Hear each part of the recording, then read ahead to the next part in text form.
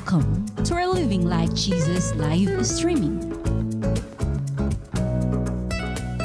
Don't forget to like our official Facebook page.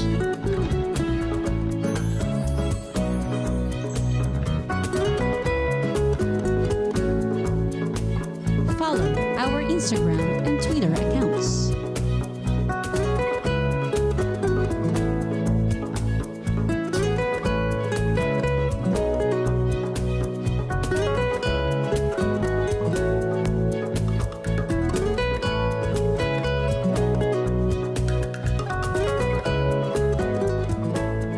And subscribe to our YouTube channel. Just open your YouTube app and search for Jesus is Our Shield Worldwide Ministries, or simply in the search bar, just type youtube.com/Jesus is Our Shield Worldwide Ministries. Click the subscribe button now and be updated with the latest Living Like Jesus preachings of the man of God, Apostle Renato D. Carrillo, and also the ministry's events.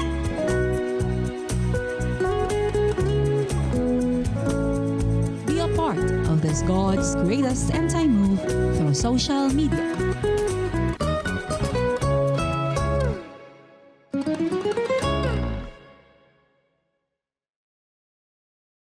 Watch tonight's program and be blessed beyond measure.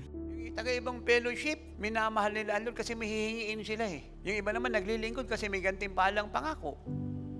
Yung iba naman sumusunod kasi maraming pabuya mula sa Diyos. Tayo hindi. Naglilingkod tayo sa Kanya, sumasamba, nagsasakripisyo, nag-aayon na nanalangin kasi karapat-dapat siya. At kung bakit natin siya minamahal, karapat-dapat siya. Yung ang hindi karapat-dapat, minamahal natin siya pa na namatay para sa atin, ang hindi mo mamahalin ang higit sa lahat at una sa lahat.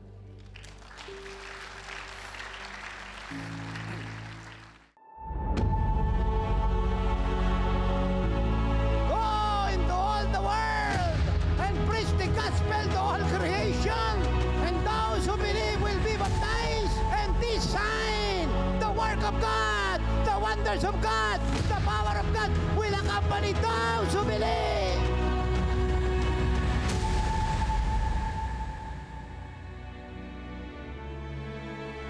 Are you ready to receive your miracles and blessings? Experience God's glory and learn His powerful word through our host, Apostle Renato D. Carrillo.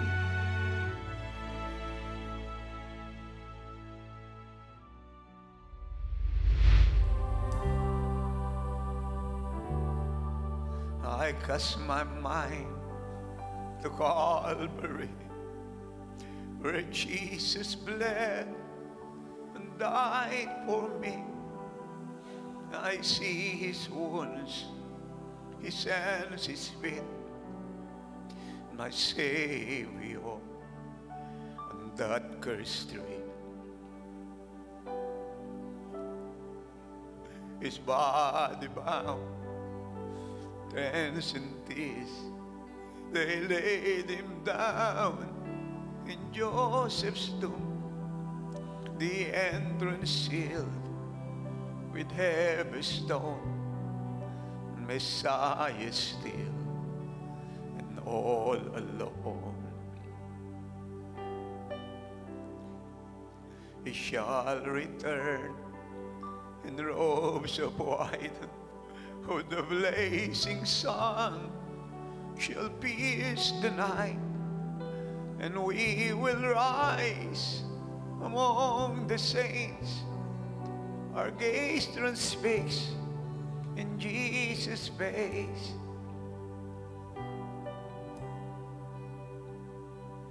Oh, praise the name of the Lord our God.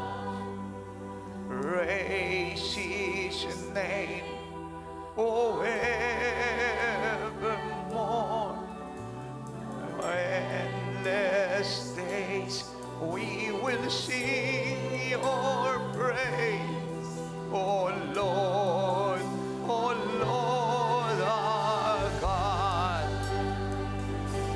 Oh, praise the name of the Lord our God.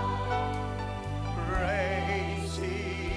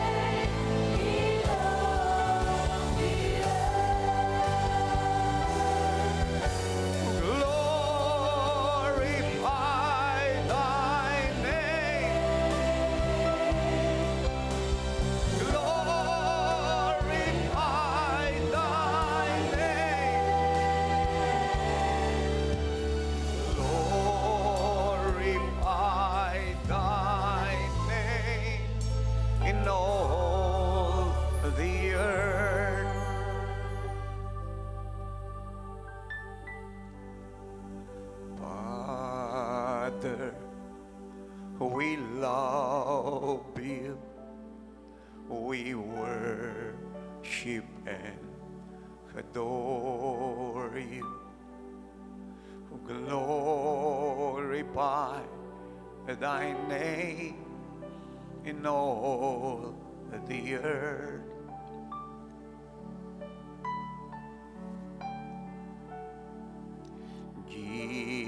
Jesus, we love you, we worship and adore you, glorify thy name in all the earth.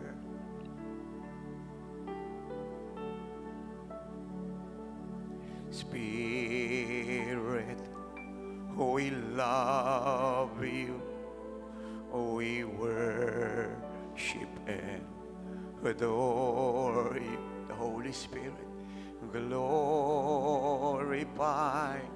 thy name, who is God in all the earth, our comforter.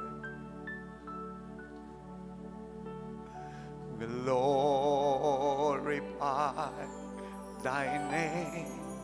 Sing it, say it.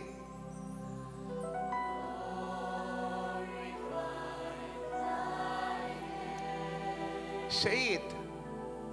The Lord is listening.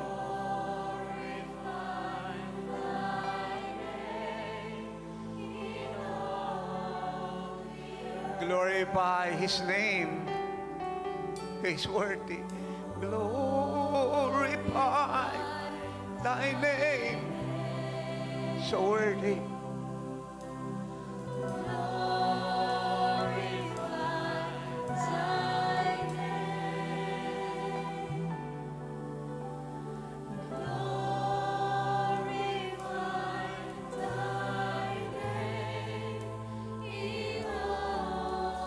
Without instrument, open your mouth, say it, glorify thy name. Yes, let your voice be heard. Let your voice be heard. Philippines, join us. Asia, Europe, Israel, the Middle East, the West, Africa, United Nations, join us.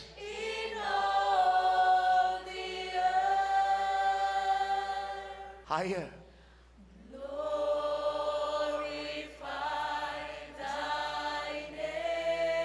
Everything that is breath, join us. Glorify His name. His word.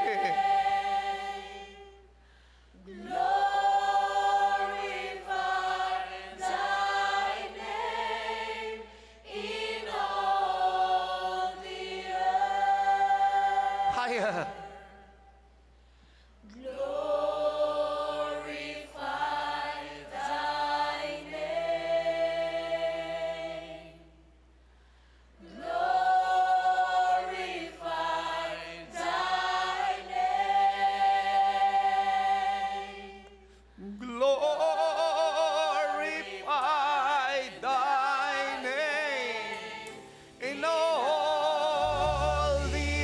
All together,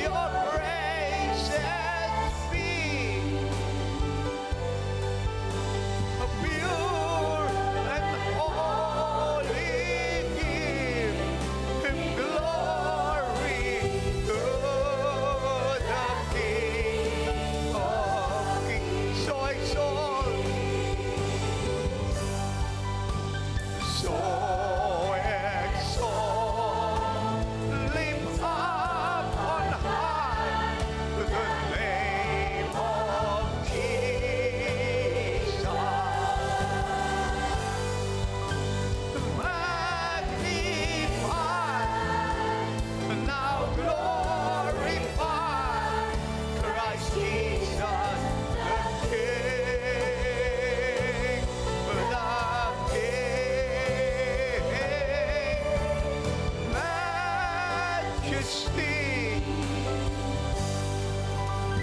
Worship His majesty. Jesus who died, now glorified, King of all kings. So exalt, so exalt, lift up on high the name of Jesus. Magnify, now glorify Christ Jesus the King, the King. Majesty, worship His majesty. Jesus who died, now glorified, King of all kings. So exalt, lift up on high the name of Jesus. Magnify, now glorify Christ Jesus the King, the King. Majesty, worship His majesty. Jesus who died, now glorified, King of all kings. Jesus who died, now glorified, King of all kings. Jesus who died, now glorified, King of all kings. Everybody say this. I live for Christ. I live to be like Christ. And I live to finish the will of the Father. I will be faithful, obedient, in loving, in serving God. God bless you. Be seated, please. Praise God. So, tayo pong milyong viewer at listener po ng programang Oras ng Himala sa Ministeryong Jesus Shield Worldwide Ministry sa television, radio, sa YouTube, sa Facebook, sa social network evangelism. Alam ko ngayon po ay nagnanais ng karanasan mula sa Diyos. Kaya ngayon pong araw na ito, expect great things from God. At naman po yung inyong pong nais na matanggap mula sa Kanya, ay ipagpasalamat nyo na po na ito po ay sumain nyo na. Either siya po ay salvation, healing, deliverance, peace, joy, breakthrough sa negosyo, promotion sa trabaho, pagkakaroon ng trabaho, restoration ng relationship, breakthrough sa ministry, karunungan sa pag-aaral, guidance ng Diyos sa isang bagay na dapat niyo pong desisyonan na masyado pong importante. So, God is beside you, willing and able to meet you today. Kaya ang gawin niyo po ay magpasalamat sa Diyos sapagkat wala pong nanood at nakinig sa programa ng Oras ng Himala. sa ministeryo ng Jesus Worldwide Ministries, ang Living Light Jesus Church, ang hindi po kinatagpo ng Diyos. At ang gawin niyo po kaagad ay sulatan ako, email, i-text, tawagan, i-message, because I want to hear from you. So I can tell this nation and the world that it's our Lord Jesus Christ who have done great things for you. So you, we, and all of us are rejoicing. Bakit po ng ating pananampalataya ay ang paglago? Kaya napakahalagang tayo po ay magkaroon po ng Living Like Jesus Foundation Manual. Alam nyo, ito pong ganitong uri po ng pagpapile ng teaching ng tatay ay hindi po ganun kadaling gawin. In addition, yung inyo pong mababasa rito ay revelation ng Diyos at siya po'y pinag-ubusan ko po ng mahabang panahon. More than 20 years, 30 years. Hanggang ngayon, mula ng araw at oras na ako po'y naligtas. It is ongoing. And yet, can you imagine, sa isang kisap mata, isa sa inyo. Kaya napakahalaga kung tayo po'y seryoso sa pamumuhay kagaya ng Panginoon. Na kayo po'y magkaroon nito. In fact, kung ipakikita nyo po ang inyong seriousness, isang announcement lang po, dapat may kopya na kayo. Naalala ko po ang sabi ng Lord in the book of Matthew, chapter 13, verse 42 pababa, ang sabi niya, may isang tao na nakadiscover ng kayamanan. So, ang ginawa niya, binenta yung lahat ng ari-arian niya upang mabili po ang lupa na naglalaman ng kayamanan. So, I want you to listen and understand what the Lord is saying to you. So, meron po siyang ari-arian, binenta niya upang mabili niya po yung lupa na naglalaman ng malaking kayamanan. So, ibig po sabihin, yung meron siya ay hindi niya pinanghinayangang gamitin upang matamo yung mas malaki pang kayamanan na natagpuan niya. Ganito rin po sa sinasabi ko.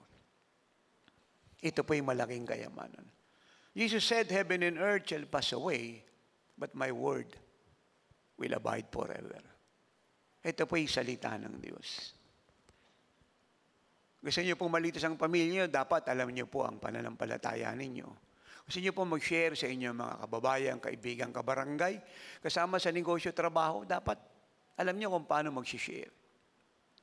Gusto niyo po maging kagaya ng Panginoon, dito po yung kapahayagan. Kaya ang kailangan niyo lang po yung sumakamay ang kayamanang ito, na higit sa inyo pong ilalab offering.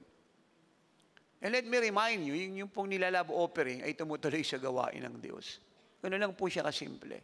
Wala tayong kinukuha naman pong sentimo. Kaya kung kayo po ay talagang seryosong maging kagaya ng Panginoon, na siyang susi ng tagumpay ng buhay niyo habang panahon at tiyak na kaligtasan, dapat meron kayo nito. Kaya kung kayo po may mga kaibigan, kakilala, kamag-anak na nagdadaos ng kaarawan, ito po regalo niyo. Mga libro. Alam niyo, pagkain, walang masama yan. Pero pagkatapos ng ilang oras na kainan, ala na po ang bisa nun. Ito po, habang panahon. Maging matalino po kayo. Ang lahat po ng investment sa mundong ito ay temporal. Pero ang investment sa salita ng Diyos ay eternal. At kayo po sa abroad. So, sulatan niyo po tayo, email, i-text. Kasi gusto ko ipadala ito sa inyo, hindi naman po ganun kadali. Siyempre, babayaran natin ito sa koreo. Bigat-bigat nito. Gaano karaming libong piso po yung ibabayad natin doon. Okay lang po yung kahit gumastos tayo, kung talagang kayo po'y lagpas siyang magkaroon. Kaya ang decision po'y nasa inyo. Hindi man po ganito kadaling gumawa, no? Gagawa po kami. Para lang kayo magkaroon. At pipilitin ko pong makarating to sa lahat ng chapter series ng Barod, pati po sa mga taga-ibang fellowship. So praise God. Palakpakan po natin ang Diyos ng malakas. At kung wala pa po kayong the revelation, sama niyo na po ito sa inyo pong kinukuha. So, sasamahan natin ang tatay in the book of Acts chapter 9, verse 32 up to 42. And I read the word of the Lord. Now it came to pass, as Peter went through all parts of the country, that he also came down to the saints who dwelt in Lydda. There he found a certain man named Aeneas, who had been bedridden 8 years and was paralyzed. And Peter said to him, Aeneas, Jesus the Christ heals you. Arise and make your bed. Then he arose immediately. So all who dwelt at Lydda and Sharon saw him and turned to the Lord. At Joppa, there was a certain disciple named Tabitha, which is translated Dorcas. This woman was full of good works and charitable deeds, which she did. But it happened in those days that she became sick and died. When they had washed her, they laid her in an upper room. And since Lydda was near Joppa, and the disciples had heard that Peter was there, they sent 2 men to him, imploring him not to delay in coming to them. Then Peter arose and went with them. When he had come, they brought him to the upper room. And all the widows stood by him weeping, showing the tunics and garments which Dorcas had made while she was with them. But Peter put them all out and knelt down and prayed. And turning to the body, he said, Tabitha, arise. And she opened her eyes. And when she saw Peter, she sat up. Then he gave her his hand and lifted her up. And when he had called the saints and widows, he presented her alive.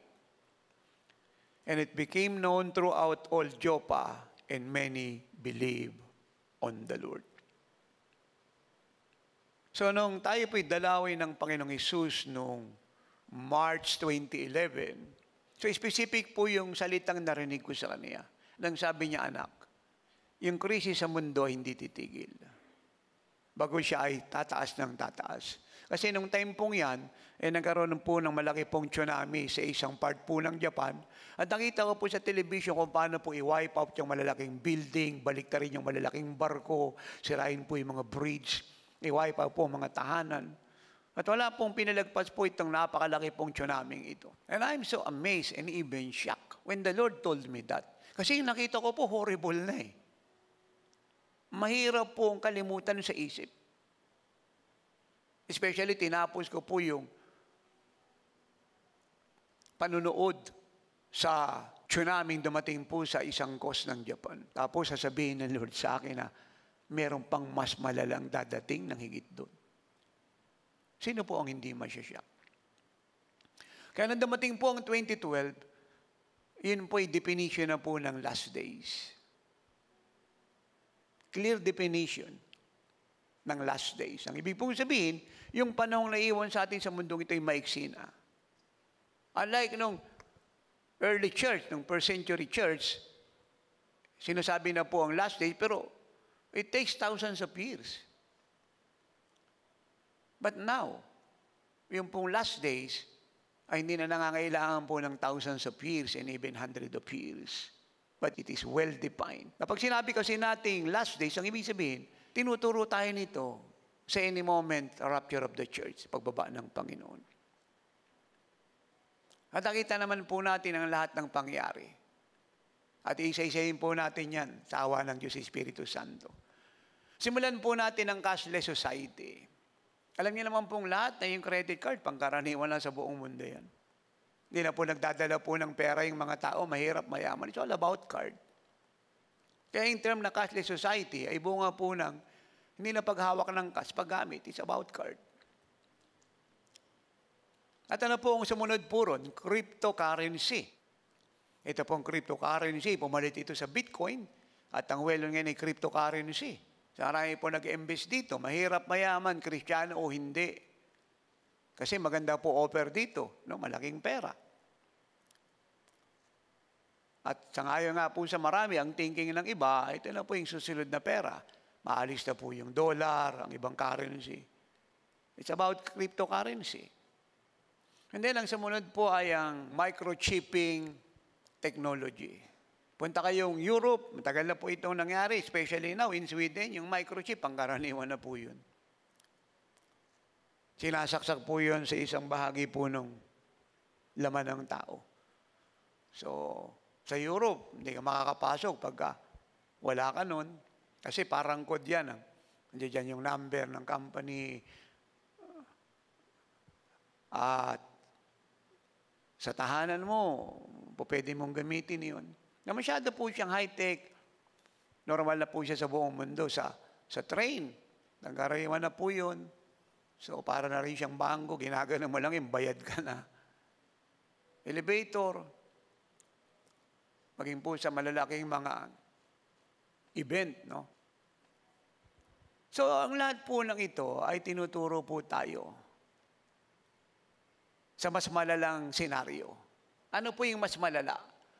Join me please in the book of Revelation chapter 13, verse 16 up to 18. He causes all, both small and great, rich and poor, free and slave, to receive a mark on their right hand or on their foreheads.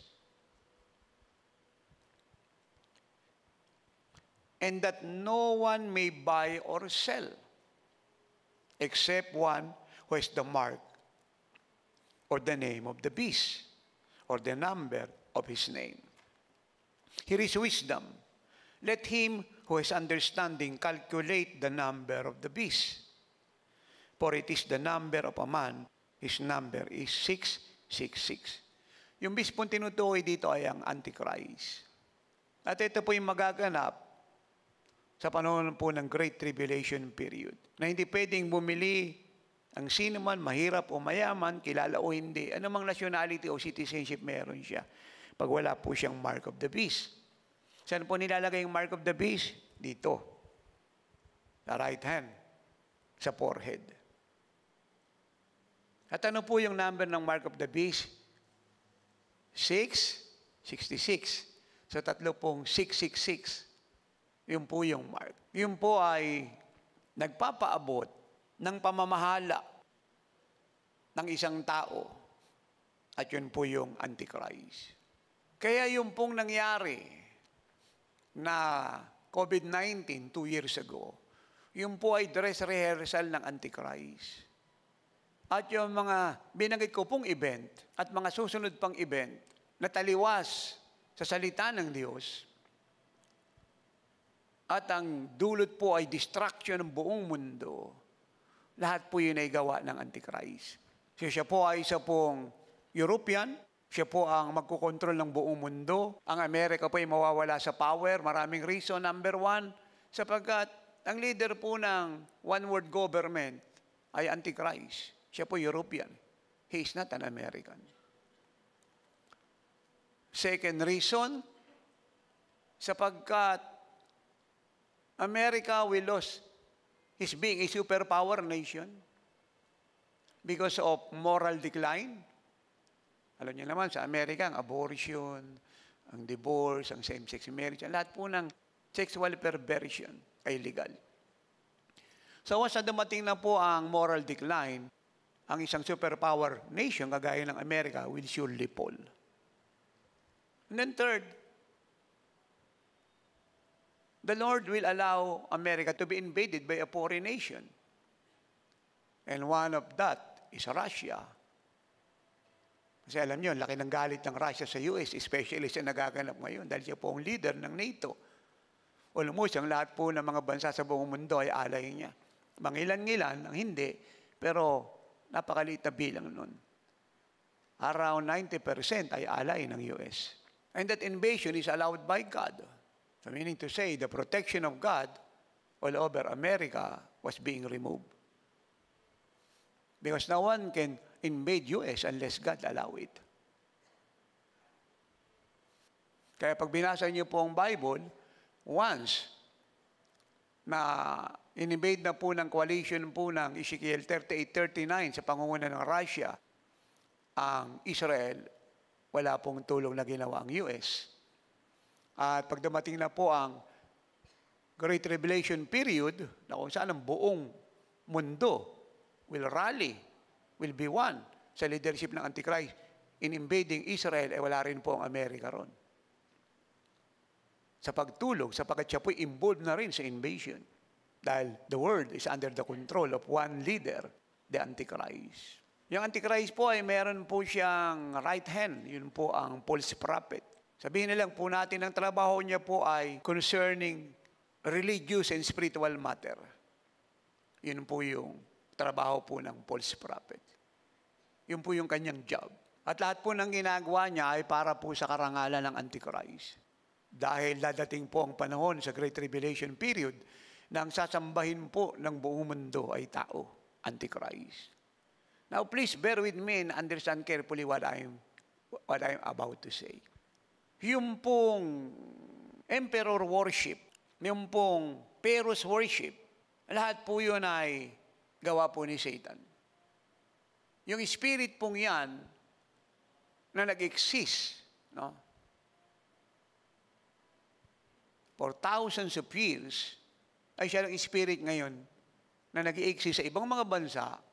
At yun din pong spirit na yan, the spirit of the devil with all his demons cohorts, ang magdadrive sa buong mundo to worship the Antichrist. Nung ako po'y nasa India, nakita ko na po yung human being worship. Talagang hinahalikan yung paa ng kanila pong tinatawag na gurus, binibigyan ng pera, pagkain.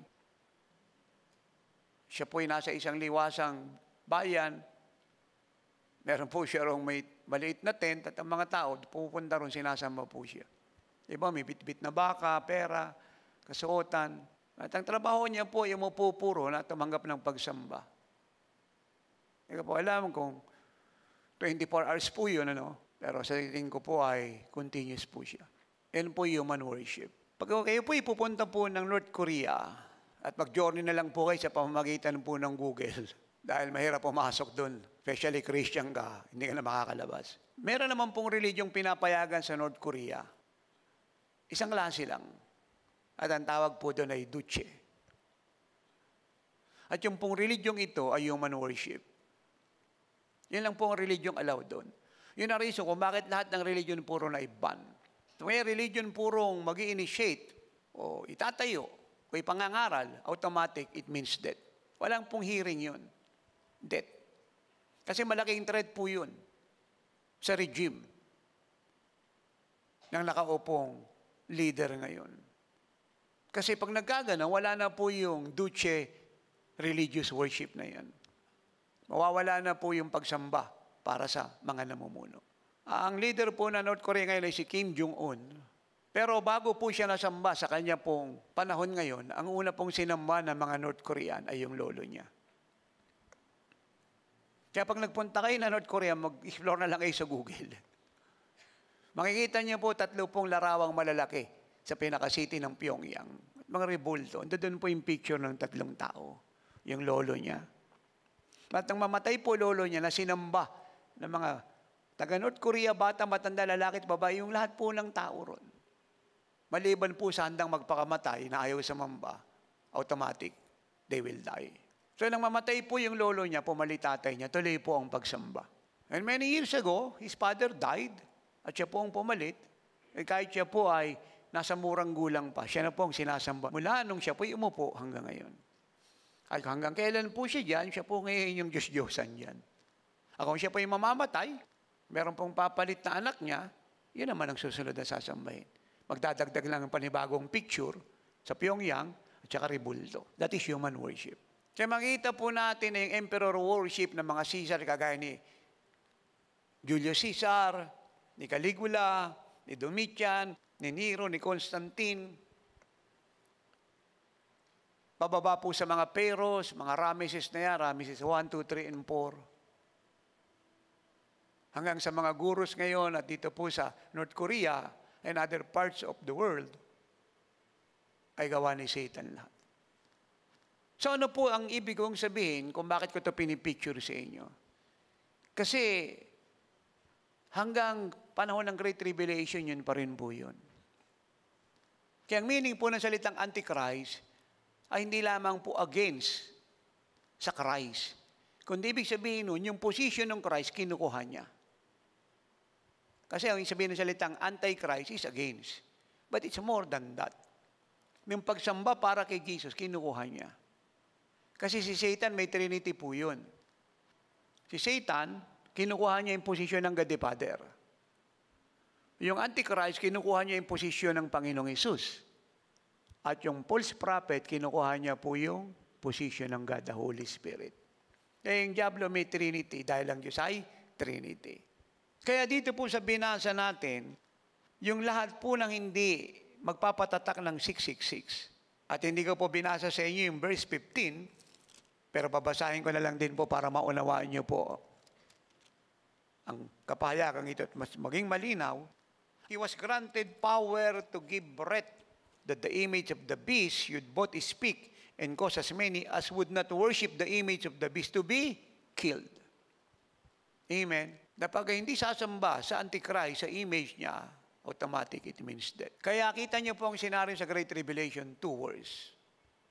Hindi ka makakabili ng pagkain, parang na nakalipas na panahon, grabe discrimination. So makikita po natin na lahat po ito'y gawa ng Antichrist. Gusto ko po sa inyo ipaunawa ito para wag niyo pong makalimutan ang turo ni Tatay. At hindi lang po yan. Join me please in Revelation 6, verse 1. Now I saw when the Lamb opened one of the seals. Bakit po seals? Kasi marami. 21 seals po ito eh. And I heard one of the four living creatures saying with a voice like thunder, "Come and see."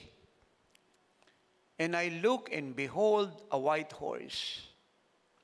He who sat on it had a bow, B-O-W, and a crown was given to him, and he went out conquering and to conquer. Ang tinutukoy po rito, na taong nakasakay sa white horse ay ang Antichrist. At siya po'y binigyan ng kapangyarihan para manakop at sumakop. So, ang ibig pong sabihin nito, tuloy po ang digmaan sa panahon ng Great Tribulation. Pero mas malala sa nakikita nyo ngayon. Now, look to me and watch this. Yung pong naganap na giyera sa Russia at Ukraine, na ito pong giyerang ito ay programa rin po ito ng Antichrist. Please listen carefully. Hindi po masyado naging matagumpay ang Antichrist sa COVID-19 kasi andi dito tayo. The church worldwide block it sa pangunguna natin, confront it, face it, and use our authority to defeat it. And it was defeated. Pero hindi po natapos doon ang Antichrist. Nakita niyo ang dinulat ng COVID-19, bagsak ang economy ng buong mundo. Maraming namatay, hindi lang po sa COVID, sa gutom. Maraming nag-suicide. Maraming hindi nakasurvive. And sad to say, hindi lang po namatay ay mga unbeliever, marami rin po Christian, iba pastor, iba bishop. At hindi tayo masaya ron. Pero yun po ang totoo. Yung kahirapan po, worldwide. Alam nating lahat yan. Sabi nga ng isang Katolikong sinisharean ko na kilalang taong, sabi niya, may pera ako, gaganda ng bag ko, ganda ng bahay ko, kahit saan naglilibot ako sa buong mundo noon, ngayon, walang kabuluhan lahat. Hindi ko siya magamit. Istaka po siya sa bahay niya for almost more than a year. At nung tinawagan ko po siya at puno siya ng takot, pinag-pray ko, ay doon lang po siya na-release. And yet, Catholic po ito. So nakita natin na ang lahat ng bagay sa mundo nung dumating ang COVID-19 ay walang kabuluhan. At wala pa rin po siyang kabuluhan ngayon, kahit nasa Lord ka, wala bang ipagamit mo sa Lord yan? Nakita niyo yung Russia-Ukraine war, wala pa rin pong kabuluhan ang lahat ng bagay na naitayo ron. Alam niyo, ang Ukraine po ay isang tourist country. Siya po ang ikalawa sa pinakamalaking bansa sa Eastern Europe. Ang number 1 po ay Russia. Kayaman po ang Ukraine. Isa po siya sa manufacturer, exporter ng wheat sa buong mundo. Na ginagamit po ng lahat ng tao, mahirap mayaman, sapagat siya po'y may dalang kalusugan sa katawan ng bawat isa. But it is totally destroyed. Meron po siyang sariling oil. Meron siyang nuclear plant. Napakaraming turist na nagpupunta ng Ukraine. Ando doon po yung pinakamalaking evangelical church sa Ukraine. Gaganda po ang building sa Ukraine. But now, go to Ukraine. Mag-travel na lang po kayo sa Google at saka roon po sa YouTube. Wala na pong beauty niya. It was totally destroyed. Yung po mga euro, dollar, iba pa pong pera, ay hindi na po mapakinabangan. Napakalaki ng gasto sa giyera. Actually, wala na pong pera ang Ukraine. Kung paano ang pera ng Russia at economy po niya is sinking down, At kung bakit nakakasurvive ang Ukraine dahil sa tulong ng West, US, Canada, United Kingdom, at ng buong European Union. Pero kung wala pong aid mula sa mga bansang binanggit ko, Ukraine cannot survive. At yun ang reason kung bakit humingi ng tulong ang Russia sa China para siya po'y tulungan militarily, economically, and financially. Because their economy is crashing. So, dinala niya po ang buong mundo sa kahirapan. At itong gerang ito ay magpapatuloy ng pagdadala ng kahirapan sa buong mundo. At yan ang sinabi ko sa inyo noon, na ako'y magturo ng Ezekiel 38:39 war. Ang tawag po doon ay economic collapse. Worldwide, it will happen. At isang reason yan, sa aking understanding, and I know I am right, kung bakit binuksan ng government natin ang economy. Dahil kung hindi niya gagawin, we will go nowhere but to the street and protest. So para i-bail out ang failing economy, so binuksan niya po.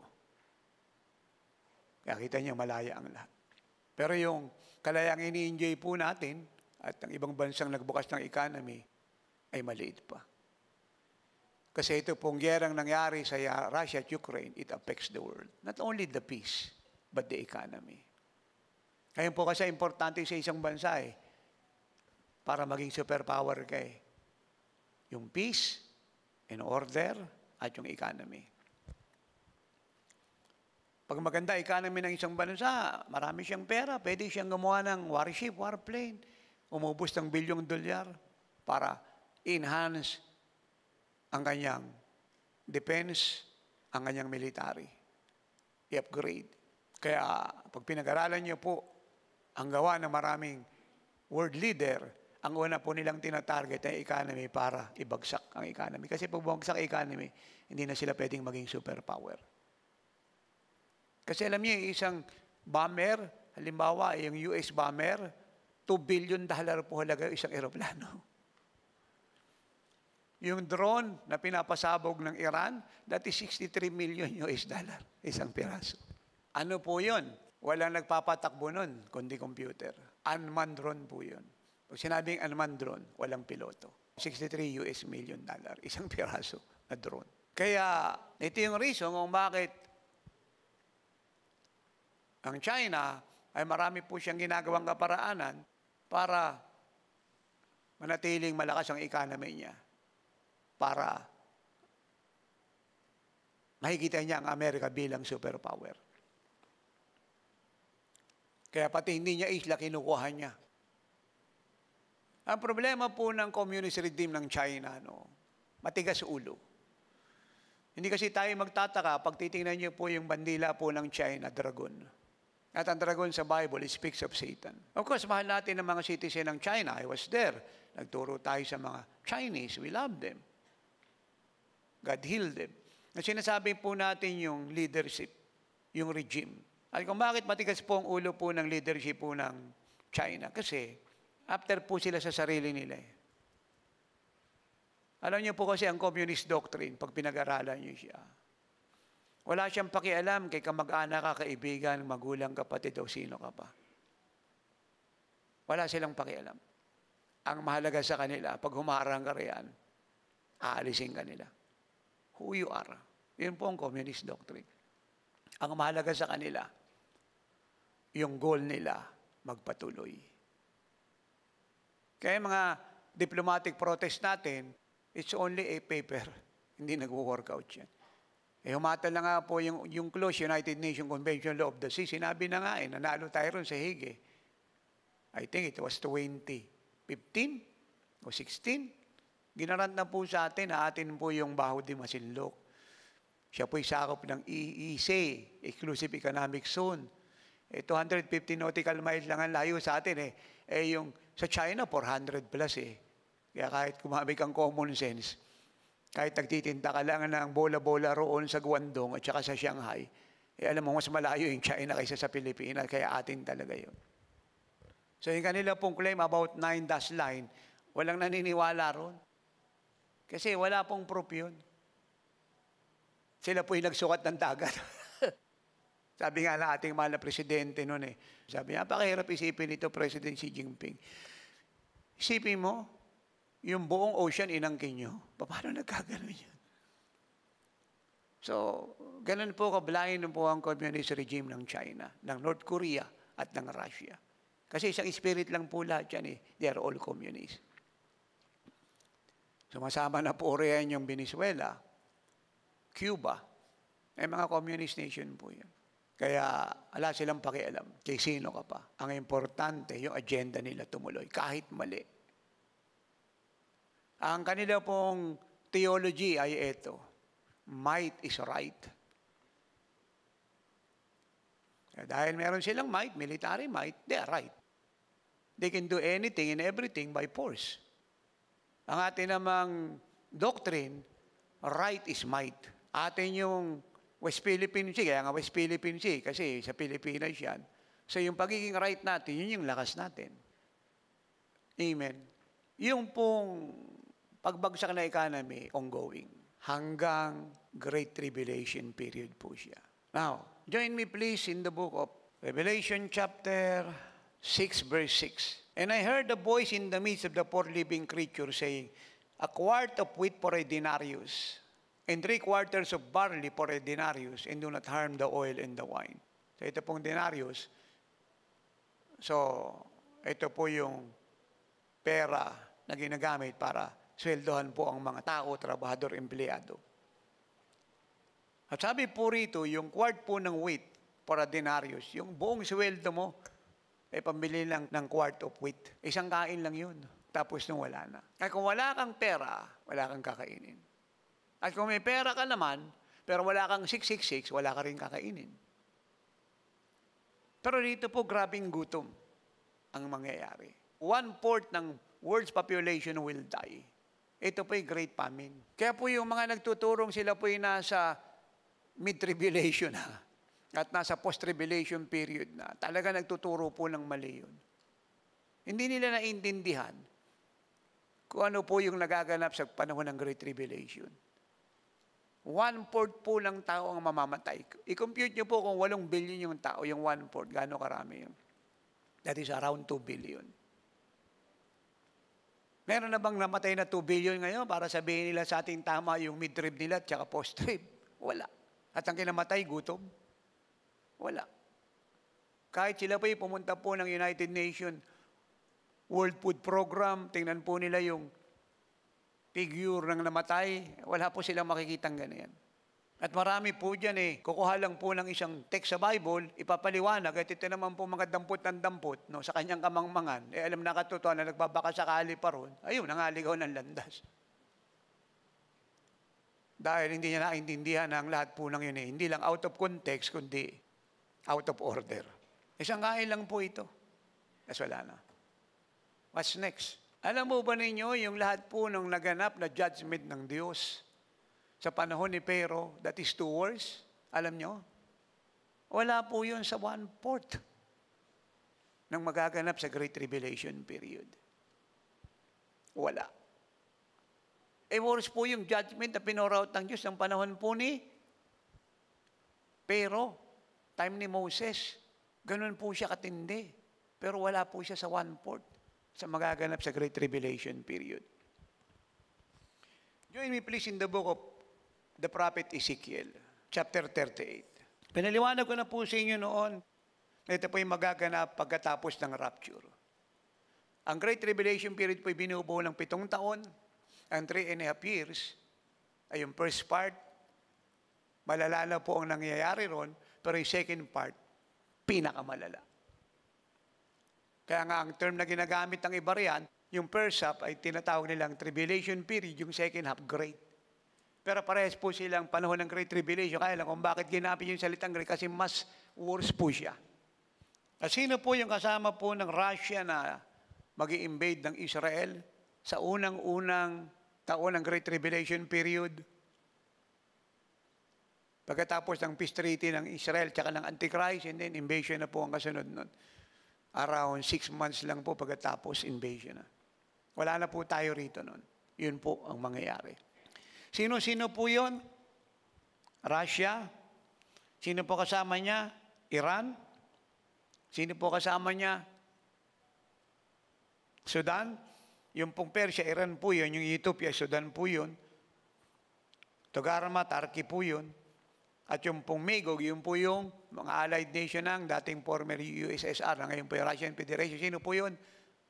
Kazakhstan, Kyrgyzstan, Tajikistan, Pakistan, Afghanistan, lahat po ng TAN. Amen. Sila po yung coalition of nations that will invade Israel. Now, look, please. Ano po ang purpose po ng invasion po ng Russia at ng mga bansang ito? Number one, to take the land of Israel. That is verse 11 hanggang 13. Second, to take the prosperity of the land. Kasi sobrang yaman ng Israel. Maliit na bansa, pero sobrang yaman. And third, to slaughter the people of Israel. Why slaughter the Jew? Eh, yun naman po kasi ang simula talaga eh. Yung Diablo, galit sa Jew. Amen? Galit sa Israel. Kaya kinukuha nila ang Israel. Gusto ng Turkey maging capital ng Palestina ng Jerusalem. Gusto nilang maglagay ng embassy sa Jerusalem. Ayun po yung battleground. Why? Eh, saan po ba pinanganak ang Panginoong Hesus? Sagutin niyo ako. Hindi po sa Russia, lalong hindi po sa Amerika at hindi po sa China. Saan? Israel. That's one reason. Second, bakit po siya galit? Sa mga Jew, gusto niya pong mawala ang mga Hudyo at ang Israel po ay mabura sa mapa. Sapagkat, yun po ay tirahan ng mga chosen people of God. Yung ka-covenant ng God the Father ng Old Testament. Kasi ang Israel ay bride ng God the Father. Tayo ay bride ni Jesus. At ikatatlo, doon po magre-reign ang Lord kasama tayo sa millennial reign, yung 1,000-year reign of Christ. Ayaw po ni Satan mag-materialize lahat yun. Kaya yung kanya pong plan, magmula nang marinig niya po yung prophecy ng Diyos sa Genesis chapter 3, verse 15, "And I will put enmity between you and the woman, and between your seed and her seed." Sino po yung seed na tinutukoy rito? Capital letter S, Panginoong Jesus. "He shall bruise your head, and you shall bruise his heel." Now, watch this. Nakuha niyo na po yun. So bago po ito maganap, itong Ezekiel 38-39 war, kinakailang mapulpil ang prophecy. Ano po yung prophecy yung dapat mapulpil? Na yung Israel dapat maging isang bansa. Kaya marami nagtatanong, why now? Hindi pwede noon. Kasi hindi pa bansa ang Israel. Kaya noong 1948, siya po'y naging isang bansa. At ang Pilipinas, ang isa sa naging daan, one vote ng Pilipinas para siya maging bansa. So, ang ibig sabihin, mga minamahal, lahat ng nagaganap ay ayon sa prophecy. Hindi mo pwedeng madaliin, hindi mo pwedeng apurahin. Ang kailangan mo maintindihan ng takbo ng pangyayari. Yun yung karunungan. At yun yung concern ko sa inyong lahat na dapat kung manonood tayo sa Facebook ng iba, yun ang malungkot, paano ka laging anak ni tatay ko, iba yung pinapanood mo. Yun yung iniisip ko eh. Minsan nga, nasabi ko, Lord, dapat itong mga anak nating mababait, pinapabayaan ko na lang, kailang naawa po ako. Kasi nasa Jesus is our shield kasi si tatay, pag nasa Jesus is ka, kahit na dapat may ulo ka lang, minsan may sungay ka, dahil anak ka ni tatay, nasa Jesus is ka, tungkulin kong iligtas ka Ngayon, kung pumunta ka na doon sa iba, wala akong magagawa. Pero malungkot ako kasi nakaligtasan ka na, naghahanap ka pa ng kapahamakan mo. Yan yung pag-akulan tungkulin. So, tiyaga lang talaga. Panalangin, payo, pagpapaalala. Pero sabi ko nga sa marami, ako yung tatay mo, tapos padampot-dampot ka pa doon sa hindi mo ka mag-anak. Tapos pag may problema kasi tatay magpipray. Si tatay magkakancel, si tatay yung hihingi mo ng payo. Pagkatapos, ang dami kong turo riyan. Napakadami. Ako nga, hindi ko nga maalala yung pamagat ang tinuro ko sa dami. Araw-araw, pag naglagoon ka sa Jesus Shield Worldwide Ministry, ang daming nakapost doon. Yun nga lang, hindi ko alam kung naipamuhay niya na yung 1,000 teaching doon. Yung kokopya pa siya sa iba. Kaya, that's number one. Israel must become a nation. Now, number 2, they must go back to their land. Hindi po ba nyo alam na ang presidente po ng Ukraine ay Jew? Ang lolo niya ay Jew. Survivor ng Holocaust. If you go to Israel, meron purong Holocaust Museum. Makikita niyo po yung lahat ng mga Hudyo po ron. 6 million po yan. Pinapala na lang po mga banggay po. Iba sinunog, hubot-hubad. Tinatapon sa dump truck. Mga Jew po yun, nagkalat sa buong mundo. Sino po yung butcher po ron? Si Hitler. Meron po siyang isang word na sinabi, Mein Kampf. Alam niyo yung sabihin ng Mein Kampf, German term po yan, my struggle. Alam po, struggle niya na makita po yung mga Hudyo nag-i-exist. He wants all the Jew to die. He wants Israel to be removed from the map. Bakit marami pong Jew ang namatay sa Europe? Because they migrated. Are you with me? Kaya na ito po, nung dumating ang Russia-Ukraine war, bumalik na po sila ngayon sa Israel. Kaya ito pong Russian invasion, this is more than a military war.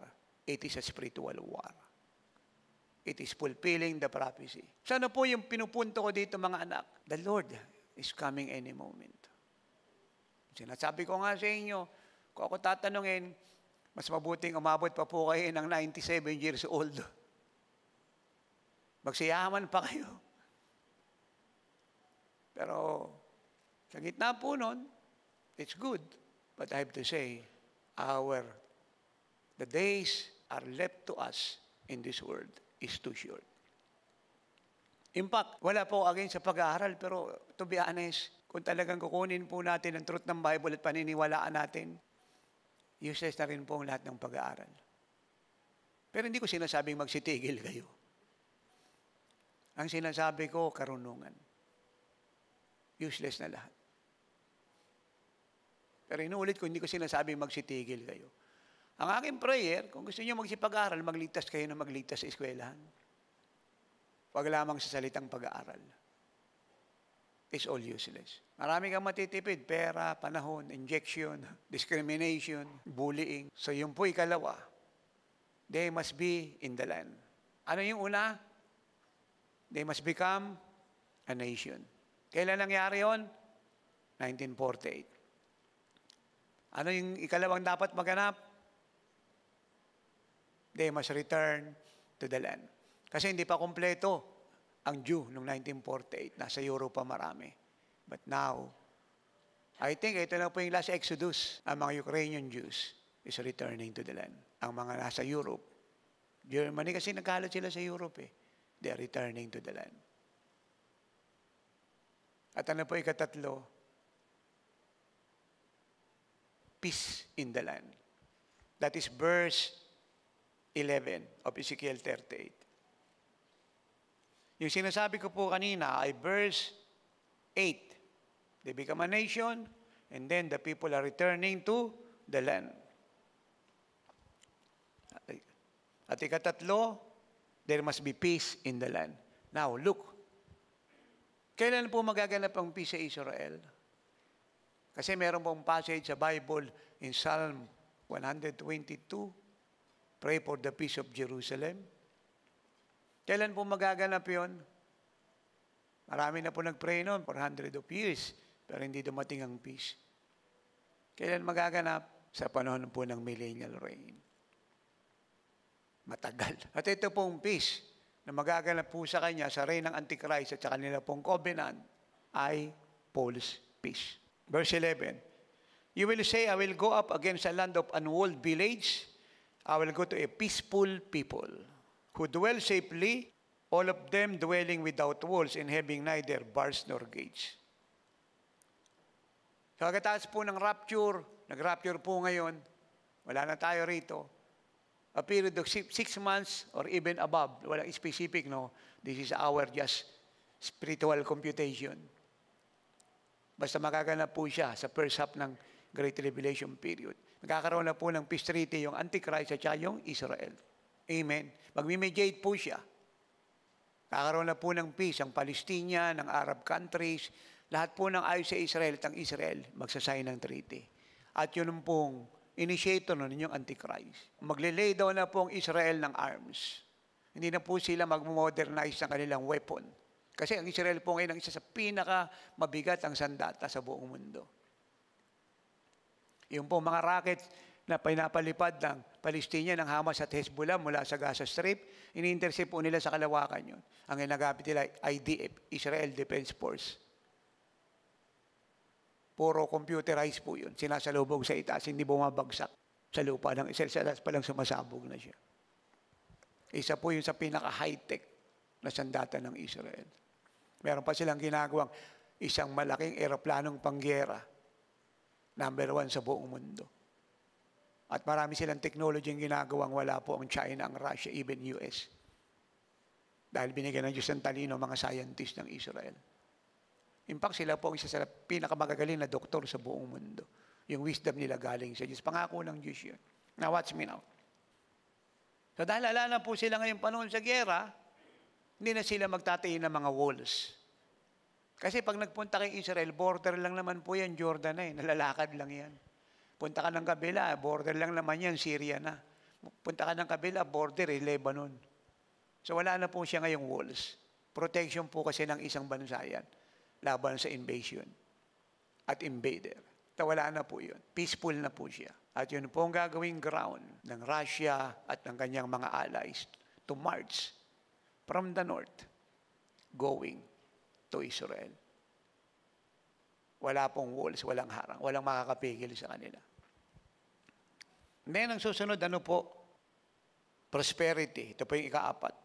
Verse 12, to take plunder and to take booty, to stretch out your hand against the waste places that are again inhabited, and against the people gathered from the nations, and malinaw, and against the people gathered from the nations who have acquired livestock and goods, who dwell in the midst of the land.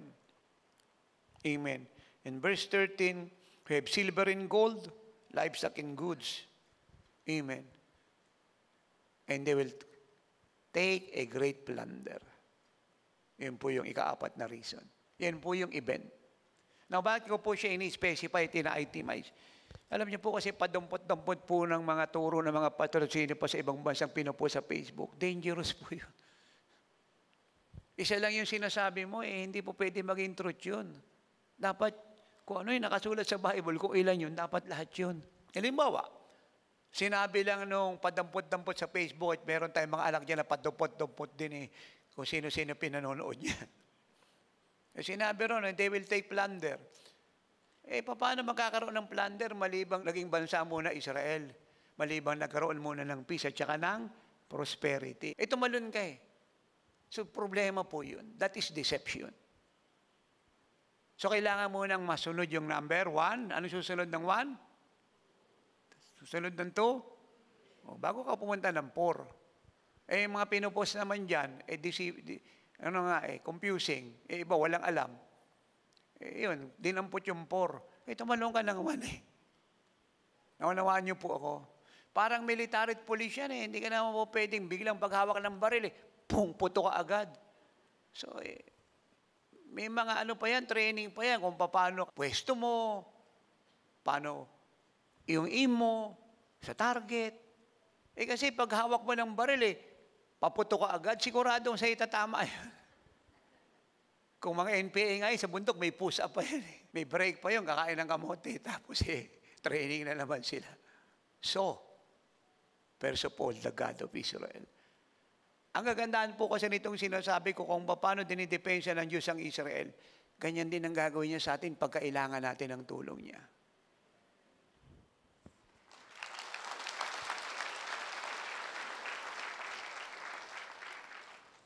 Nang isang araw, ginorni po ako ng Holy Spirit sa lahat po ng ginawa niyang pagliligtas sa mga anak niya from the Old and New Testament. I cry. Kasi amazing po yung kanya pong pagliligtas. Yung mga sinasabi ko nun sa inyo, supernatural intervention, supernatural protection, it's all supernatural. Ito yung case ng Israel sa Ezekiel 38-39 war. Wala siyang pag-asang manalo. Magiging butcher po siya rito. Nakakita kayo ng baboy, pinorchop, yung pong Israel. Wala siyang pag-asang manalo. Wala na siyang armas. Wala siyang walls. Amen. Sasabihin ng Antichrist, hindi mo na kailangan maglagay ng walls. Yung mga army ko ang protection mo. Etong treating ito, protection mo yan, guarantee security mo to. Bigla nagsilusob po ito. Tingnan niyo po yung description ng Bible. Ang Diyos mismo nagsasabi nito. Look to me, verse 9. About Russia and her allies. You will ascend, coming like a storm. Yun po yung unang description, kagaya ng bagyo. Meron po bang bagyo na slow motion yung dating? Wala. It is rushing. Biglaan makapal. Yan po ang army na lulusob sa kanya. A storm covering the land like a cloud. Yung pong lupa ng Israel napakaliit, kulang pa sa dami ng troops. Tangke, eroplano, ballistic missile, cruise missile, nuclear warhead. You can name it all. Covering the land like a cloud, you and all your troops and many peoples with you. Kawawa po Israel sa giyerang ito. Pati po mga bata will be slaughtered. Basta Hudyo ka. Pati sanggol. Nakita nyo na yung giyera sa Ukraine, walang pakialam yung Russia. Kay bata yung nabombar yan, kay natanggalan ng ulo yan, kay lumabas bitukan yan, basta nasa loob ng building at bahay na binomba yan, they don't care. The same thing happened. Parang si Perea nung panahon niya, binutcher niya yung mga bata. Pinagpapatay niya lahat. Si Herod, ganun din. Lahat naman sila type ni Satan, mga demon possessed lahat yan. Si Herod, ganun din noong time ni Jesus. Di ba tinakasan Lord din nila ng Egypt? Dahil kasama po siya ron sa ibubutcher. Mga batang maliliit at the age of 2, pinagpapatay. Ito rin na nangyari nung panahon ng first century church. Panahon ng mga apostle na si Paul, Peter, John, and James. At early Christian. Yung mga batang bagong panganak, pinakakain sa leon. Sa harap ng mga magulang. Tinotorment, tinotorture. At pag nakain na po ng leon yung mga bata, tawan-tawa po si Nero, yung mga possessed na mga emperor. At hiyawan po yung mga advisor niya at mga Romans. Kasi sa kanila, laro po yun. At yung pong mga leon kakain sa kanila, ginugutom po yun, nagpapasing po yun. 1 linggo lang pagkain po yun. Kaya pag inutay-gutay po nila, mga Christian nun, talagang ubos, buffet. Ngayon po ang senaryo. Kaya pag kilala niyo si Satan, hindi kayo maglalaro sa pananampalataya. Hindi ka magbabackslide. At hindi ka magpipray ng lousy prayer, makapag-pray ka lang diyan, tapos na, no? Sisiguruhin mong may magaganap sa kaharian ng Diablo, na distraction. At may magaganap sa kaharian ng mga tao, wala pa kay Kristo, yun po yung salvation nila. Kung maglilingkod ka talaga ng totoo. Kung magbibigay ka talaga ng totoo. Kasi, hindi nag-workout yan. Tingnan niyo po si tatay. Alam niyo, ang early church, pinurob nila ang pag-ibig nila sa Lord sa iba't ibang kaparaanan. Isa po rito, buhay nila. Martyrdom. Hindi sila nag-back out. Hindi sila nag-compromise. They simply die for Christ. Marami silang binayarang presyo. Yung ibang, binayaran po nila relationship. Mga family nila, na ayaw ng truth.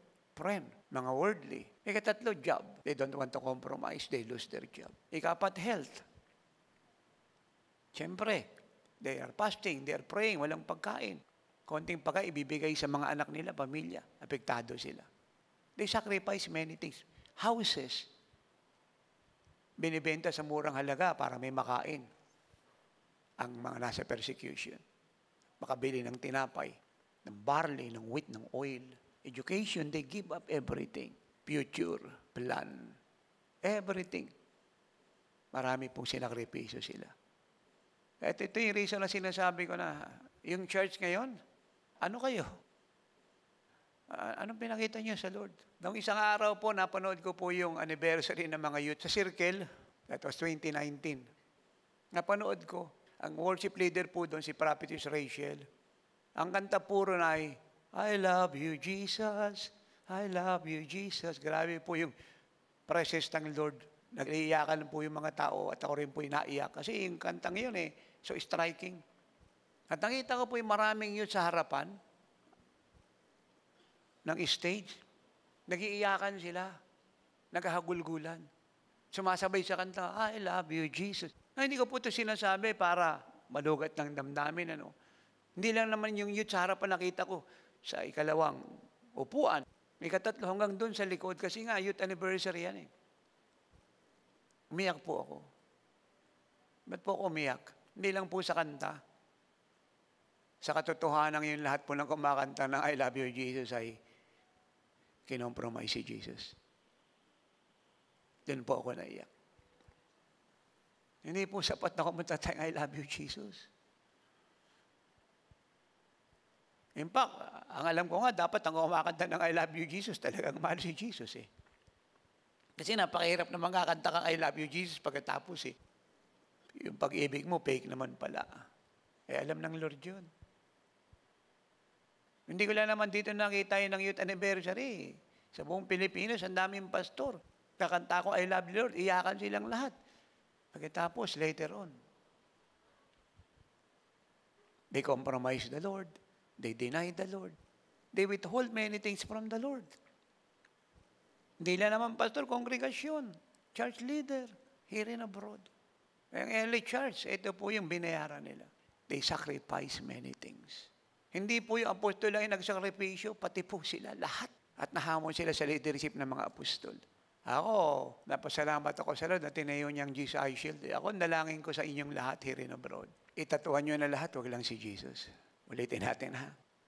Itatuan nyo na lahat, wag lang si Jesus. Kung marami po mga pastor, gusto pa pong yumaman sa kaparaanan ng mundo at bishop, evangelical, full gospel, charismatic, prophetic, and so all apostolic, let me say this to all. Iyon na yung kayamanan ng mundo. Amen na si Kristo. Ilang yung kaya nyong ipalakpak, wala kayong balak magdagdag.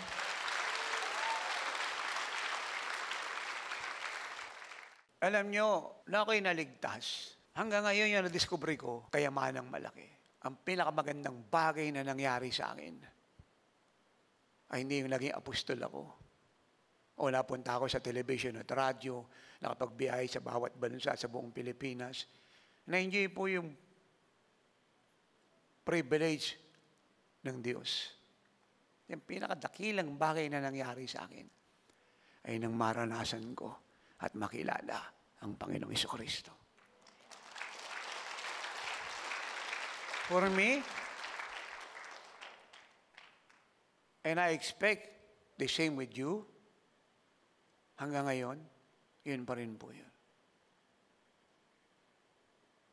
Kung ako po'y meron pong 100 buhay, ibibigay ko kay Jesus lahat.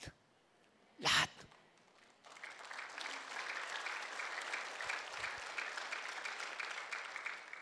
Ako'y dadaan sa pagsubok ng buhay at ang Lord yung magtetest sa akin para i-prove ang love ko sa Kanya. Tanggalin niya lahat. Wag lang si Kristo sa buhay ko. Lahat. Akong bibigay niya ng pagkakataong mag-suggest, sasabihin ko, Lord, wag mo pong patagalin, bilisan mo, tanggalin mo lahat. Lahat. Manatili ka lang sa akin.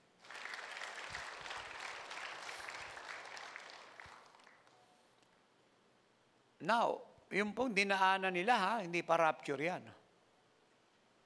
Trial of faith lang yan.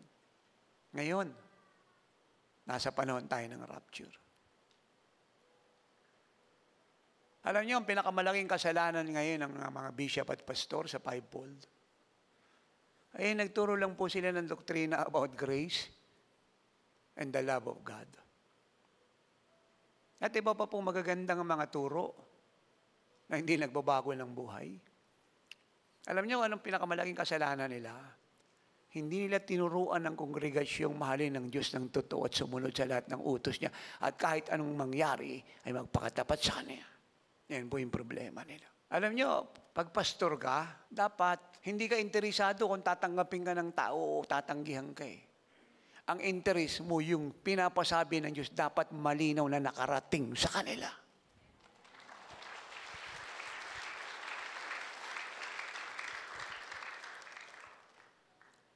Susunod man sila o susuway sila. Dapat lahat ng mga pastor ganyan. Hindi yung, pag sinabi ng kongregasyon, ay hindi mo na ako atin ngayon kasi mamamasyal kami ng pamilya ko. Linggo? Bakit di mo gawin niya ng ibang araw? Sabihin ng pastor, ay okay naman yan kasi committed naman yan. Committed? O baka omitted? Hindi kasi may handaan na imbita ko ng mga friend ko, linggo. Higit mong papahalagan yung friend mo kaysa kay Kristo. Kaya nga, nagpa-cancel sa akin, sabi niya, tatay, hindi ko ito naranasan nung hindi pa ako naboborn again at nakarating sa Jesus Shield. Naranasan ko lang ito na makarating sa iyo, tsaka sa ministeryong ito. Sabi ko, siyempre nakarating ka sa totoo Kung doon ka napunta sa... Hindi ka makakaranas yun. Amen? Kaya nga sabi na marami niyong kamag-anak, kahit saan umating kayo. Huwag lang sa Jesus Shield, ang daming preacher dyan. Pakinggan niyo lahat yan, huwag lang si apostol. Kasi alam naman ng diablo kung sino totoo.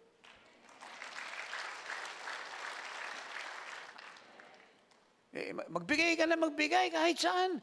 Huwag lang sa Jesus is our shield. Amen? Siyempre, alam ng diablo na. Pag dito ka nagbigay, nagpakatapat ka ng pagbibigay ng TV at radyo at iba pang bigay mula ikaputandog. Alam ng diablo, magigibakuta niya kasi yung pera pupunta ron.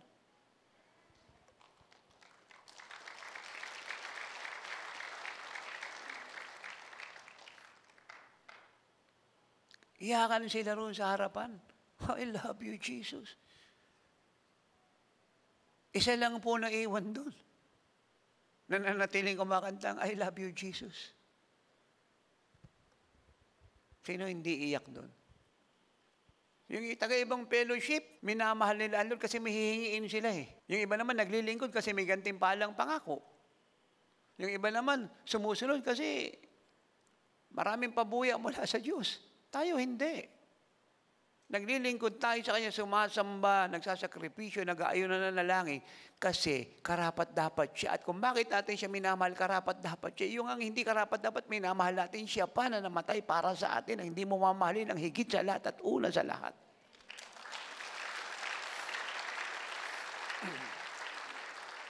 Amen. Marami po sinakripisyong early church sa iba't ibang kaparaanan. May pinag-uusapan sa kanila ikaputandog. Ang issue ron, house and lot. Amen. Ngayon, buti ng Diyos. Blessed na naman kami. Pastor, salamat po Kasi nagturo ka ng grasya ng Diyos, nakatanggap na naman kami ng grasya. Salamat, Pastor Nang hindi pa naliglig yan, I love you, Jesus. Amen. At nung lumakas yung mic, mas malakas pa yung tinig, I love you, Jesus. Nabilis nung naliglig. Kapatid, hindi ka problema yung negosyo Yung boyfriend ko, hindi tapat. I'm hurt. Yung girlfriend ko, masakit. Kaya nang panahon sa akin. Hindi ka ba sasama sa prayer ngayon? Dami namin trabaho, daming customer, daming kliyente. Hindi ka ba mag-aayuno ngayon? Sabi ng doktor, kain daw muna ako ng kain ngayon. Ayan po yung problema. Ang pag-ibig ba sa Lord sa panahon lang ng kasaganaan? Kagaya ng asawa ni Job. Puri ng puri siya sa Diyos ng Israel kasi bless sila. Nang mawala kabuhayan nila at mamatay yung mga anak niya, sabi niya kay Job, ba't ka pa sasamba? Curse God. Anong sabi ni Job? Hangal na babae. Magpapasalamat lang ba tayo sa Diyos sa panahon ng kasaganaan? At pag ganito na nangyari sa atin, hindi na natin siya mamahalin.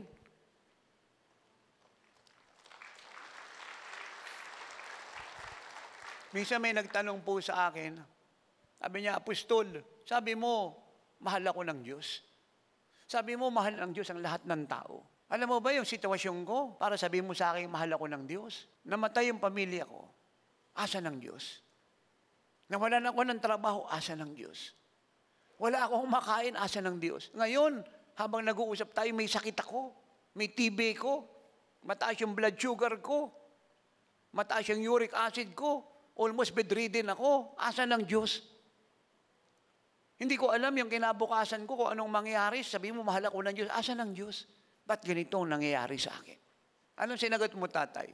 Sumagot pa rin ako, mahal ka ng Diyos. Ito nga ang kalagayan ko. Hindi ako makatulog sa gabi. Sa hirap ng dinanas ko, tormented isip ko, gusto ko na mag-suicide. Sasabihin mo sa akin, mahal ako ng Diyos. Yes, mahal ka ng Diyos. Paano mo lang sabing mahal ako ng Diyos? Number 1, namatay siya para sa iyo. Number 2, kung ano man ang nangyari sa iyo, hindi Diyos may gawa, ang dyablo. Hindi siya gawa ng Diyos.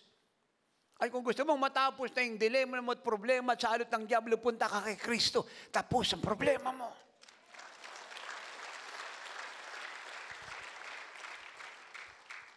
So anong ibig kong sabihin? Kahit pangit ang nangyari sa atin at pangit ginagawa natin sa Kanya, mahal pa rin tayo ng Diyos. Pero sana naman pag natauhan ka, magmahal ka na sa Diyos. Amen? Ako, hindi ko gustong may nagkakasala. Pero kung nagkasala ka, andyan na yan, mahal ka pa rin ng Diyos. Na kung nagsisikat na tauhan ka, mahalin mo na siya para huwag ka nang magkasala. Walang natutuwa kung nagkamali ka ng desisyon, marami kang perang inubo sa wala na dapat nagamit sa Diyos. Ando doon na yun, wala tayong magagawa. Tapos na siya. Mahal ka pa rin niya. Pero kung natauhan ka na, sumunod ka na, huwag ka na magsayang.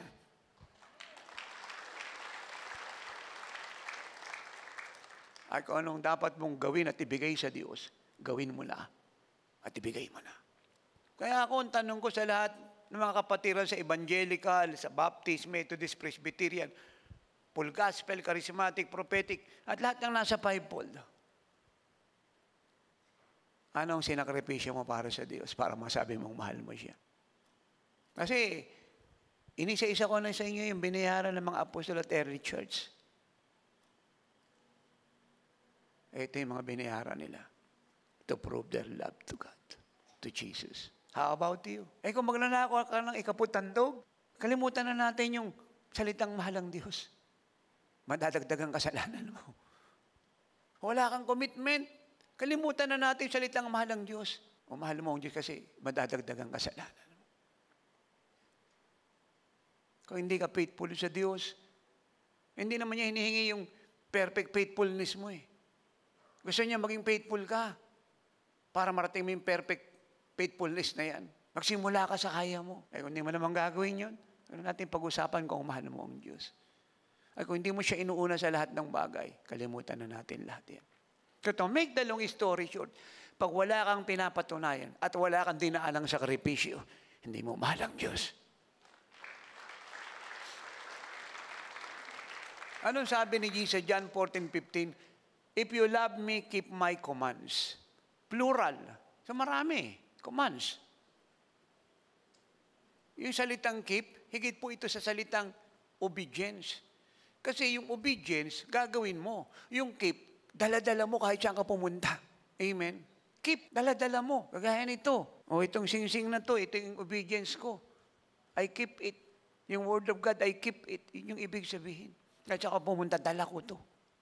Hindi ko iniwan sa bahay. Kaya naman yung pagsubok na harapin mo, dala-dala mo siya. Kaya kung mahal mo ang Panginoon, lahat ng utos niya, you keep it. Ano man ang mangyari, you obey it. So the same devil, the same demon, the same plan ay ini-establish po ni Satan sa huling yugto natin sa mundong ito. Alam niyo, hindi lang tayo nakakaalam na maiksi na panahon natin, si Satan alam niyang maiksi na panahon niya. Kaya nga all out po siya sa panluloko ng buong mundo. Kita niyong plano yan. Hindi nag-succeed yung COVID. Ito naman ngayon, Russia-Ukraine war. At hindi lang po yan, meron na naman pinaplano ang diablong pandemic next year. Meron na naman. Nakita niyo yung WHO, wala siyang tigil na kaka-announce. Meron na naman mas matitindi pa sa Omicron variant. Wala naman titindi lang sa Omicron variant, kundi yung lying yung lahat eh. Pero alam nyo, ito totoo. Pinamalaking balita magaganap sa buong Pilipinas. Na mga susunod na araw, buwan, tuloy-tuloy hanggang mag-rapture. Dahil ang mga anak ng Diyos, kagaya ni Pedro, ay magpapagaling ng mga ainas, ng mga may sakit, may karamdaman. Magbubukas ng mata ng bulag, ng tenga, ng bingi. Papalakarin yung mga lumpo, ibabangon ng mga patay. At ang mga demon puses ay i-deliver. Ang mga addict puses ay i-convert. At ang buong Jesus Worldwide Ministries ay ipuprove sa lahat na ang kailangan ng Pilipinas ay hindi bakuna, kundi si Kristo. Ang kailangan ng Pilipinas ay hindi WHO o United Nations, kundi si Kristo. Ay, nang pumalakpak at sumigaw yung mga tao rito. At kahit saan pumunta ang mga anak ng Diyos, ay magpapagaling. Bata, matanda, lalaki at babae. At malalaman ng lahat na ang Diyos ng Himala ay nasa sa ating lahat. Kaya tuloy-tuloy ang oras ng Himala. Amen. So, ito pong gerang ito ay nagtanggal ng peace ng buong mundo. Magdadala sa buong mundo sa Great Recession. At gagamitin ng Antichrist ang lahat ng gulo na yan na siya rin may gawa to establish one world government. Kukunin niya po yung office ng Panginoon, who is the Prince of Peace. At siya po yung counterfeit peacemaker. Nag-mediate po siya to end war. Now, ito na po ngayon, yung kalagayan ng Israel sa panahon po ng first half ng Great Tribulation period. Wala siyang pag-asang manalo kahit anong gawin niya. They will be slaughtered. Again, young and old, boy and girl. Basta Jew ka, you will die. And you must die. Wala silang iwang buhay, kahit isa. But God is with His people as He is with us, in us, for us. And always with us. Ito po ang sabi niya sa verse 18 ng Ezekiel 38. And it will come to pass at the same time when Gog comes against the land of Israel, says the Lord God, that my fury will show in my face. Nakita na kayo ng taong galit. Yung galit nakita sa mukha niya. So gumamit po ang Lord ng simpleng illustration. Namumula yung mukha sa galit. Makikita daw po sa kanyang countenance yung kanyang fury wrath. As he defend Israel, laban po rito sa vast armies na ito na nag-block from the north to Israel to take the land, to plunder their wealth, and to slaughter the people of Israel. Now, watch this. I pray na ito pong sasabihin kong truth, huwag niyo makalimutan. Nawas naman kayo ng pagsubok ng faith, ay magpasalamat kayo na maliit lang ang dinadaanan niyo at ang Diyos kasama niyo at ang tagumpay kakambal ninyo. Ang sabi ko, yung tagumpay kakambal ninyo. Dahil itong dinanas ng Israel ay sobra-sobra sa dinadanas ng iba kung ano man yung dinadanas niyo. At paano po pinagtanggol ng Diyos ang Israel? Hindi sa pamamagitan ng warship, warplane, wala na po sila noon eh. They lay it down. Ang nag-aantay sa kanila ay annihilation. Yung para kanilang pinagbabaril dyan ng ganun kadali, walang kalaban-laban. Yun po ang senaryo rito. They are helpless and hopeless. Ang late-late na bansa, ilang bansa po itong lumusob. 10 po yung bilang rito. Kung magdadagdag pa po ng ibang text at chapter, sa abot sila ng around 15. Eh lahat po yan may mga modern weapon. Yung Israel na i-lay down. Kagaya sila ng pork chop nito, tinadtad, ginawang corn beef, ginarain. Ayan po sila. Experience God's amazing glory. It is not enough to receive. God must possess you. Receive your Pangyarehan miracles. po ng Panginoon ay sobra kaysa Paano na cancer. naman po yung cancer? Kaysa pagkabulag, Narinig ko pagkabingi. na po kayo, Apostol. Ngayon po, malinaw na po aking pagdinig. Ang kapangyarihan ng Diyos ay sobra-sobra para solusyonan ang problema ng Pilipinas at buong mundo. And be blessed in all aspects of your life. And my God shall supply all your need according to His riches in glory by Christ Jesus. At oras ng Himala. Miracle after miracle explosion. The live services of Jesus is Our Shield Worldwide Ministries. Attend to our Living Like Jesus Sunday Miracle Services at the ministry's main church. Come, join us. Invite your friends and loved ones and bring all the sick and the afflicted. Free admission. God's resources for your success. Avail at the Living Like Jesus Bookstore at www.facebook.com/Living Like Jesus Bookstore.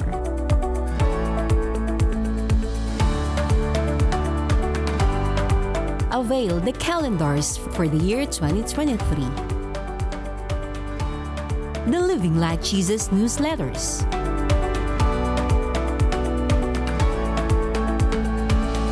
Living Like Jesus Music Songbook, Volume 1.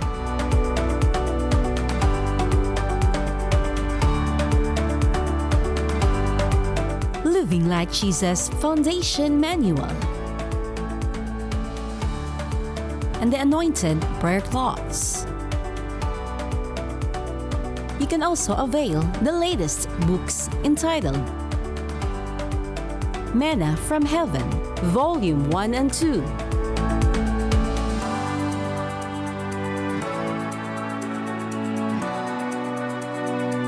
Now is the time to possess the land.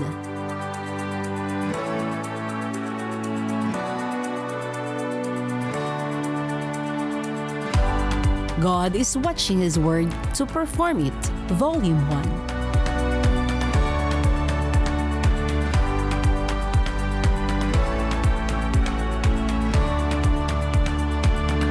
The Revelation, Volume 1 to 6.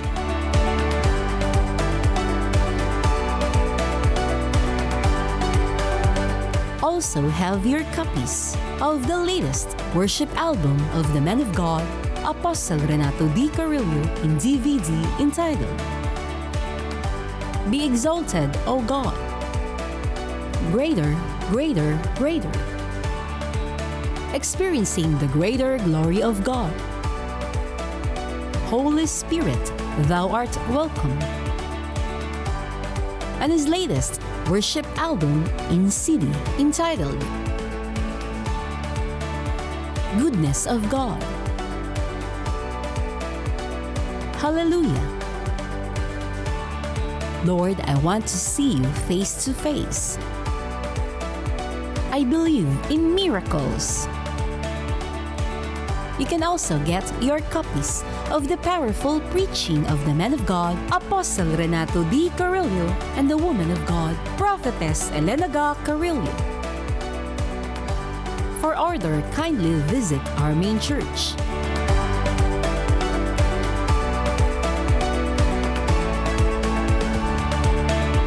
Or you can order online.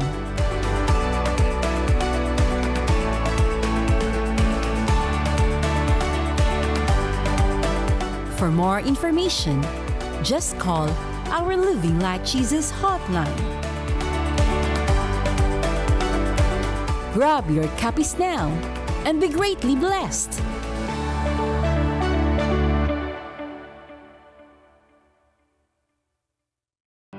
Be one of the partners with the mandate of the Man of God, Apostle Renato D. Carrillo of Jesus is Our Shield Worldwide Ministries in proclaiming the Living Like Jesus gospel through every means available. With our TV and radio programs, social network evangelism, print resources, and other ways, we have reached the whole world with the good news. Our Living Like Jesus prayer and counseling hotline are here for all 24/7. We continue to share God's love and greatness through our live services and the Living Like Jesus apostolic mission travel of the Man of God here and abroad, bringing salvation, healing, deliverance, blessings, and apostolic revival to the church worldwide. We also offer hope to the victims of calamity, tragedy, and pandemic, and those who are in need through Mission of Love, Love in Action.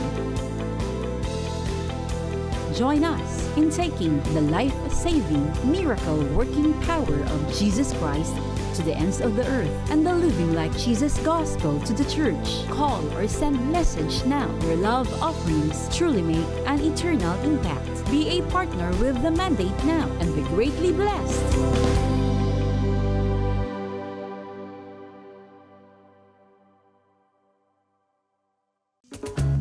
Do you have prayer requests? We're here for you 24/7. Have you experienced God's love and greatness? Share your testimony. Don't forget to like our official Facebook page.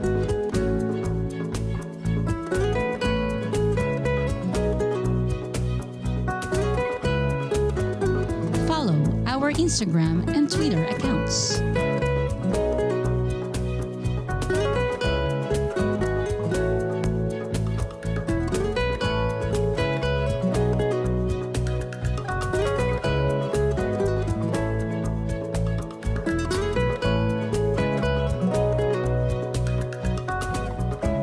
And subscribe to our YouTube channel. Just open your YouTube app and search for Jesus is Our Shield Worldwide Ministries, or simply in the search bar, just type youtube.com/Jesus is Our Shield Worldwide Ministries. Click the subscribe button now and be updated with the latest Living Like Jesus preachings of the man of God, Apostle Renato D. Carrillo, and also the ministry's events.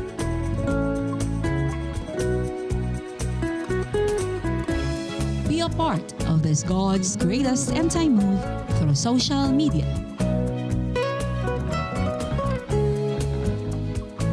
Thank you for joining us tonight. You can also attend to our Living Like Jesus services.